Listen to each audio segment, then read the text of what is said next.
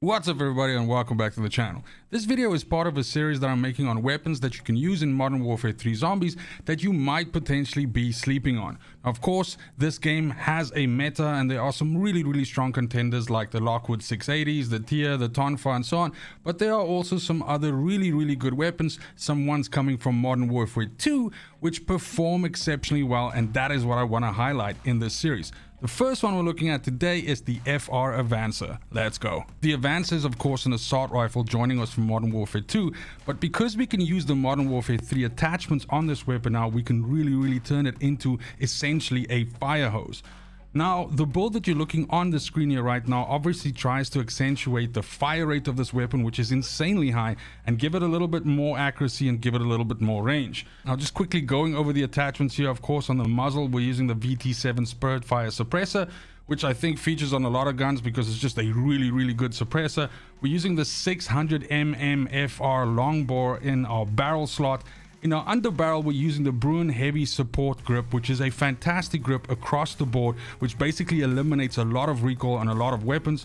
We're using 60-round mags in our magazine because this thing chews through ammo because it shoots so fast.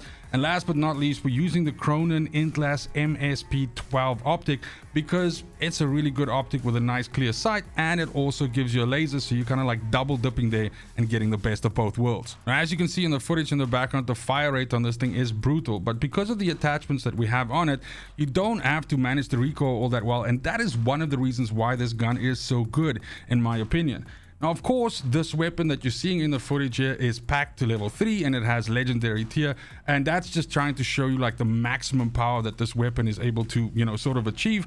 But of course, getting up to Pack-a-Punch 2 and something like rarity already performs exceptionally well and will carry you in the tier 2 area just, insanely good. The version that I've built here, because it has the optic on, is better for like, let's say, medium to almost long ranges.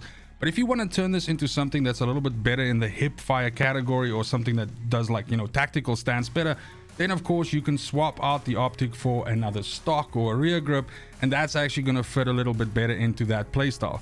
But nonetheless, I think when it comes down to pure stats, I think this might be the highest fire rate damaging weapon in the game that we have right now, at least in the testing that I've done. So absolutely give this thing a whirl, it will surprise you. And as mentioned, this performs exceptionally well. I test all of these weapons playing solo, so of course these need to be able to kill some of the more difficult enemies that you face in tier 3, and this thing is very capable of doing that. So have fun, and I'll see you in the next video.